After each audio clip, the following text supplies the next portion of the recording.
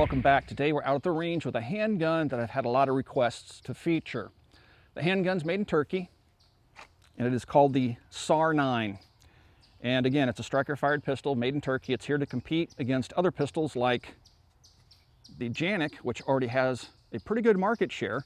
Century Arms has been bringing these in for years. We've gone through at least 15 or 20 different model iterations, and they're very popular because they're of good quality and very affordable. Well, the SAR is competing for that market space. It's a Turkish-made striker-fired pistol that has a lot of features that shooters want, and some features that some shooters don't want. We'll get into that a little bit later. But it's an interesting little handgun. Again, I've had a lot of requests for it. I hadn't really paid it much attention. Jason and I were driving around doing one of our video shoots. I think we were down visiting Eric, Iraq veteran. And we came back through Kentucky and we stopped at Bud's Gun Shop, and I saw one of these in their used gun cabinet, had a chance to handle it for the first time, and foolishly I didn't buy it. This handgun I had to pick up from distribution, RSR, through Copper Custom, and so I paid more for it, but the retail price on these on a new handgun is right around $375, so it's extremely affordable. Not bad for a 17-round 9mm striker-fired pistol in today's market. So today we're going to talk a little bit about the SAR 9, talk about some of the features of the gun, some of the things I like about it, some of the things I don't, and just have a good time. So let's start off by firing off our first 17 rounds. And we have a malfunction, but I think I know why, and we're going to talk about that here in the video a little bit later.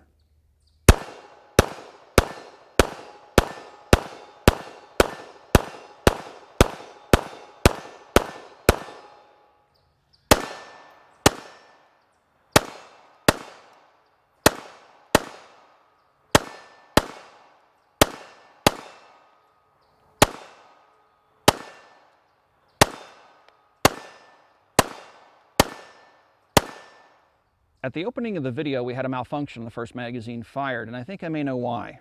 And again, this is speculation, but this is all I have to work with, guys. So I've watched some other video reviews talking about the SAR 9 being a 17-round handgun.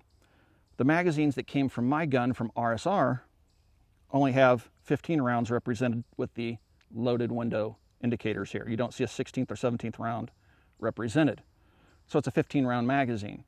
But you can put 17 rounds into it, which we did in the magazine that we used at the opening of the video. So not only have other YouTubers talked about it being a 17-round gun, and the magazine does accept 17 rounds, even though it's only marked 15, and the magazines that were sent to us by our friends over at Gun Mag Warehouse, they do supply us with magazines for use in the videos. They sent over some magazines for us to use, and you'll notice that it says SAR 9 17, and it says it's a 17-round magazine. However, the magazines they sent over also only showed 15 rounds in the loaded window indicators on the back of the magazine. So we have two magazines here loaded up. One of them has 17 rounds. You'll know it has 17 rounds in it when you simply can't push down any more. On the 15 rounders, you'll notice I can easily push it down and get an extra round into it. Can't do that when you have 17 rounds loaded. You're going to really struggle to get that 17th round in there. Now again, maybe there is an actual 17-round magazine. I don't know. But when I put the magazine in to the gun with 17 rounds loaded, when I pull the slide to the rear, there's an awful lot of drag. A lot of friction being applied by that magazine applying upward pressure on the bottom of the slide. So let's see if this causes a malfunction again, like it did in the opening of the video.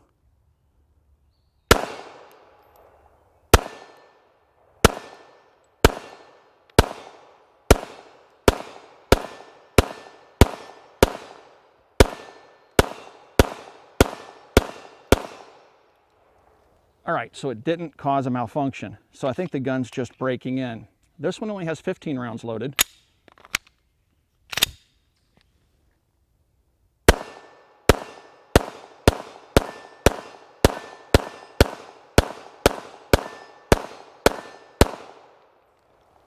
All right, so anyway, I think that's what caused it to stumble there in the beginning. The gun is breaking in. I did put lubricant on the gun. I didn't take it straight out of the box. You guys always give me a hard time for doing that.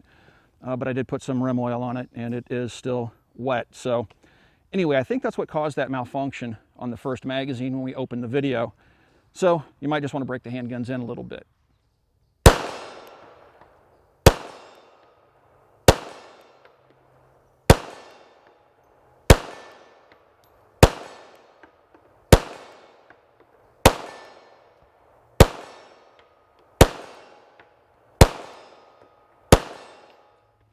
So what do you get for your roughly $375 when you buy the SAR 9? Let's take a look in the case. This is a pretty conventional plastic case that is non-airline approved. And just open her up here. And on the inside, you'll find the nice lock that everybody ships guns with these days. An owner's manual that's well illustrated, although I searched through here and I can't find any mention of magazine capacity in a quick perusing through the document. And then you have the pistol. And with this pistol, it'll come with one in the gun and a spare, so you have 2 magazines that are shipped with the gun. The gun has replaceable back straps and side straps, much like the HKP-30. So it'll come with the back straps. You have 3. There's 2 plus 1 on the gun. And then, of course, you'll have the side straps in this little Ziploc bag. Now, I find the gun to fit in my hand pretty nicely as it ships from the factory, so I won't be changing these out. Comes with this little tool, which I imagine is a disassembly tool used to punch the roll pin out so you can change the back strap on the pistol. It's not mentioned in the owner's manual that I can find. And then a cleaning kit.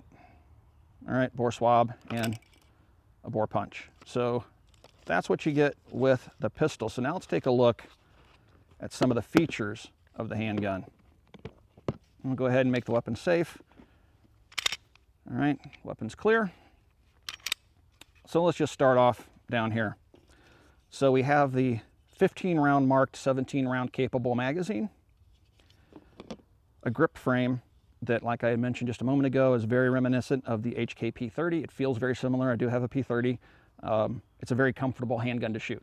I think the ergonomics on this surpass that of the Janik. I think this handgun, while I'm holding it, actually reminds me more of the Arsenal Strike 1. It has a very low feeling center of bore axis. When you hold the handgun, it just shoots extremely flat. It seems like it sits really low in your hand, where the Janik feels taller and heavier in the hand.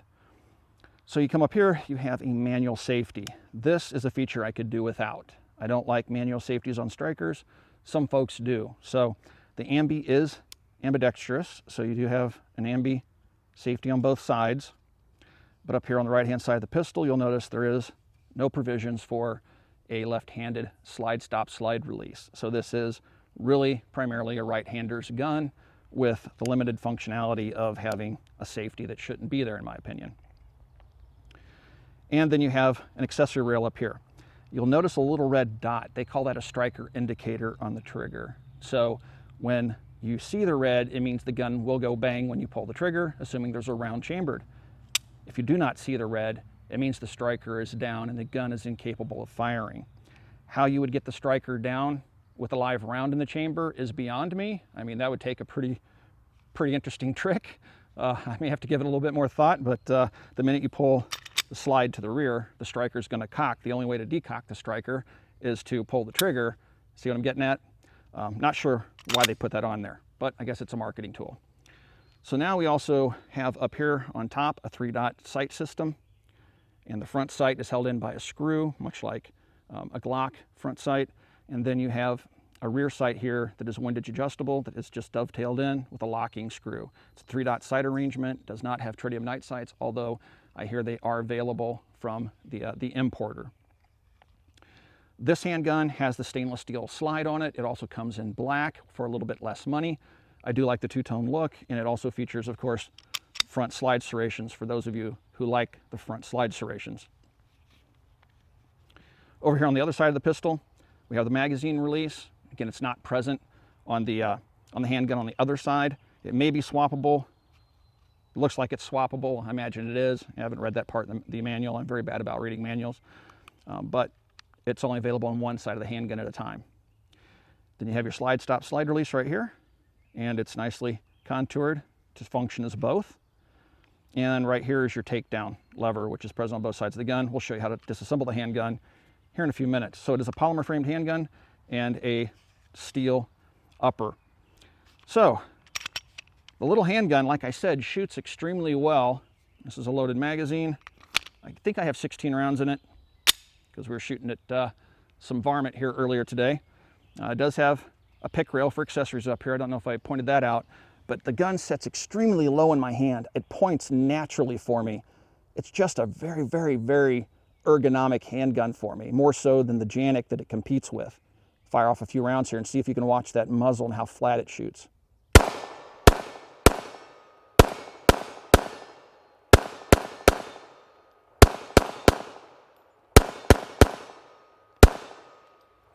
So I'm shooting at about 25 yards at a challenge target, a man-sized target, and as you can see, I'm hitting pretty much dead center doing those rapid fire strings. So the handgun, again, is extremely pleasant to shoot. I would say it's probably one of the most pleasant 9mm that I've shot. Now you'll notice out here that we're seeing muzzle flashes. The ammunition that we're using today is LAX ammunition, and this is their 9mm 115 grain stuff. We also have factory new, which this is. We also have some of the remanufactured that we're going to try out here this afternoon. So the handgun seems to be working good. We had that one hiccup. Actually, we've had 2 hiccups with it today. We had one hiccup at the opening scene, which I attributed to the magazine being loaded with 17 rounds. And then we had one other little bobble when we were out here shooting some slider shots. And I don't know if that's attributable to the ammunition. This is the first time I've shot the LAX ammo. Or if that's something that the gun will continue to do. We'll find out. We're going to keep putting ammunition through it this afternoon. But aside from that, it seems like everything's working pretty good. I don't like malfunctions, especially on new handguns. Concerns me a little bit, but we'll see how the gun fares the rest of the afternoon. Let's take the SAR 9 apart really quick and show you guys what it looks like and how to disassemble it. It's pretty familiar to you if you've ever taken apart a modern striker-fired handgun. I've taken the magazine out. You can see the magazine well is empty. I'm going to lock the slide to the rear. Check to make sure that the weapon's empty, which it is. So now I'm going to let the slide go home. I'm going to release the striker by pulling the trigger, pointing the gun in a safe direction. I pull the slide slightly rearward, and you'll see this serrated, kind of knurled lever right here. I'm going to pull it slightly rearward, pull down on this, and push forward, and the gun comes apart. All right, we have a double, kind of a nested recoil spring assembly. This is all polymer, the rods that it rides on, the springs ride on. So the entire thing is polymer with steel springs, of course. Inside, we have a typical tilting barrel Browning action. And there you go. That's fully disassembled. So inside you can see the trigger safety on the striker. The trigger must be pulled for the striker to go off. You will notice that the trigger on this little guy has a very, very small dingus. So you can't pull the trigger unless you put your finger on here and release it by pushing on the dingus. The dingus is an inertial safety. One of the reasons why the P320 was firing when dropped is because the trigger had too much mass. When the gun fell, the weight of the trigger pulled itself and caused the gun to fire, and SIG solution was to lighten the trigger. Other manufacturers for years have been using the Glock dingus. Glock pioneered that dingus, and it works. So anyway, that's it. Put it back together, reverse the process, drop your barrel in. And looking at it, the machining and everything is extremely nice on the gun. I would say it's an extremely well-made looking handgun. I don't see any noticeable machine marks anywhere on the gun, on the inside. It's very, very clean. Nicely done. It's still wet from the rim oil we put on it earlier today. Put the recoil spring back in, put it on its perch there. Take the upper assembly, put it on the slide. So you'll notice the rails are metal, of course. Slide back on the rails, pull it to the rear. Kind of hung up there. You have to make sure that you get this spring all the way seated, otherwise it won't go onto the gun. Try it one more time. There we go.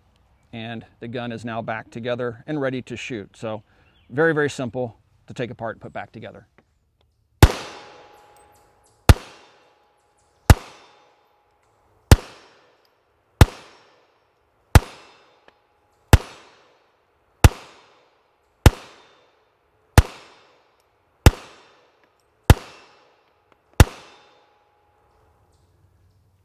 And a malfunction.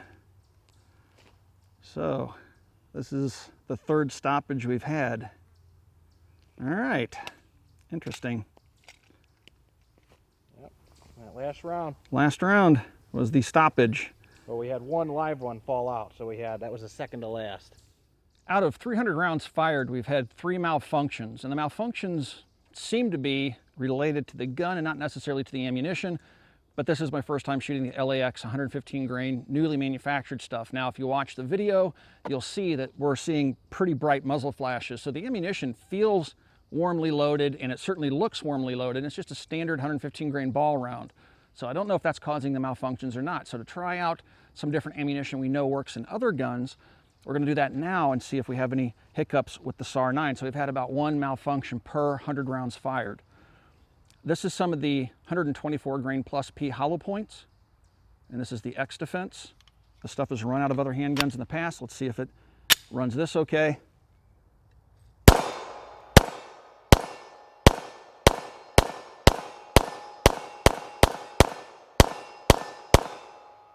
Now, knowing that that's plus P ammunition, that was very soft. You'll also notice the ejection pattern on this gun, regardless of the ammunition that we fire, is a bit erratic.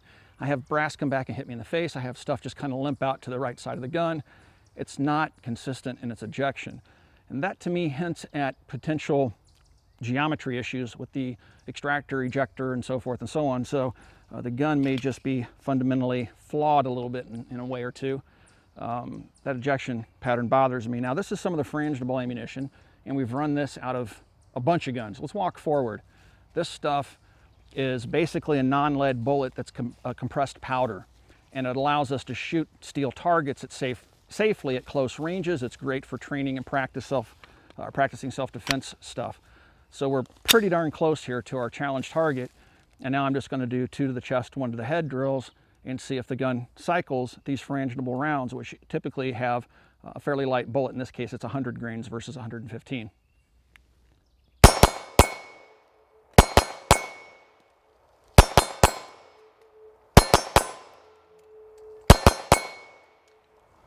All right, so runs the frangible just fine, it seems.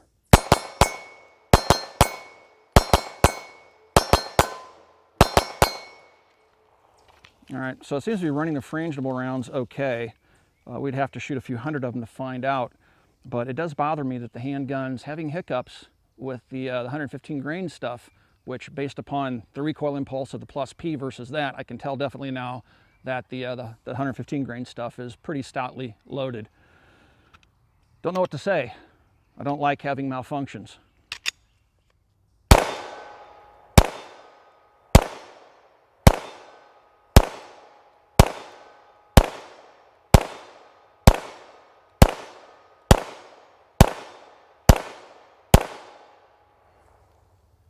And we got another malfunction, guys.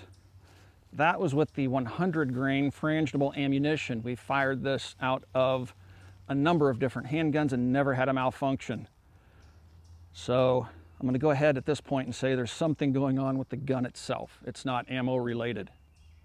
That's unfortunate. I like the gun otherwise, but that I can't excuse.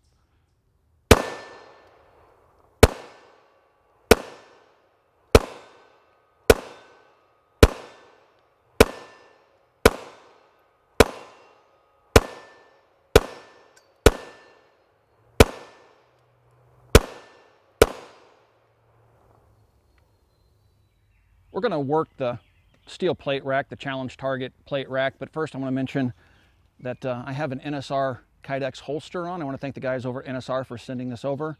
This fits the SAR 9, so they do have molds for it if you decide to pick one up for your own personal protection. They have different holster options. I opted for the outside the waistband, but they also sent over a spare magazine pouch, and I have 2 SAR 9 magazines on my side here. All right, so now I have the safety off, but if I were actually considering carrying this, I would practice swiping the safety off every time, just so you're in the habit of doing it. But I also have noticed that my thumb finds a natural rest point right there on top of that safety. So, yeah, I don't like safeties on striker guns, never have, but I can put up with this one for the time being.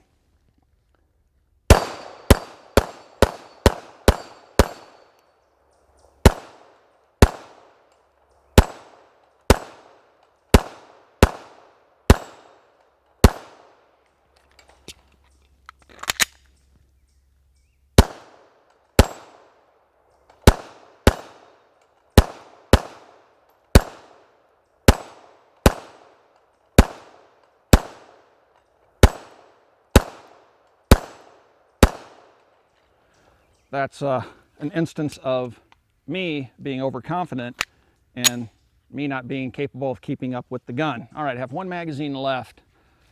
Let's try the old double Texas SAR from Challenge Targets. Let's see how well I do if I can knock this out with one mag.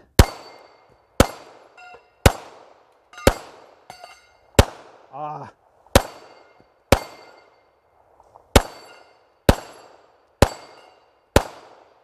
I hit it! Ah, yes! And I had a few extra rounds of ammo left over. We're too close to the steel targets here, guys, to finish this off, so there you go. You know, it's fun. I love shooting that Texas SAR. That double SAR is a lot of fun.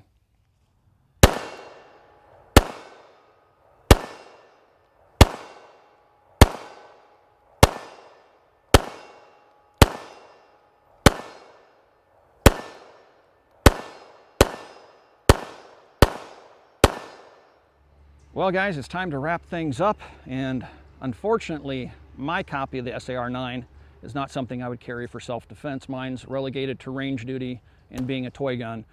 And we tried ammunition in this gun that we know works in every other gun that we come out to the range with, and this gun still stumbled on it. We caught several of the malfunctions on video.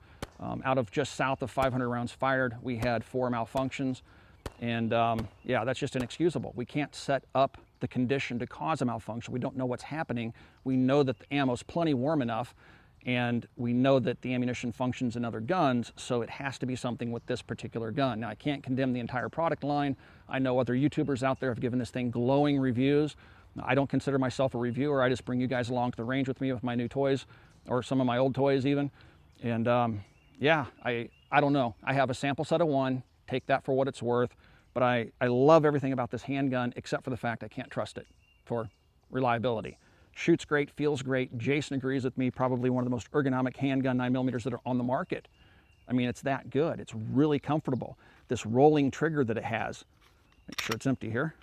It doesn't hit a shelf. It's not like a staged trigger where you pull it back and it hits a shelf and then you know it's gonna break. It has this rolling trigger that is just really, really pleasant to shoot.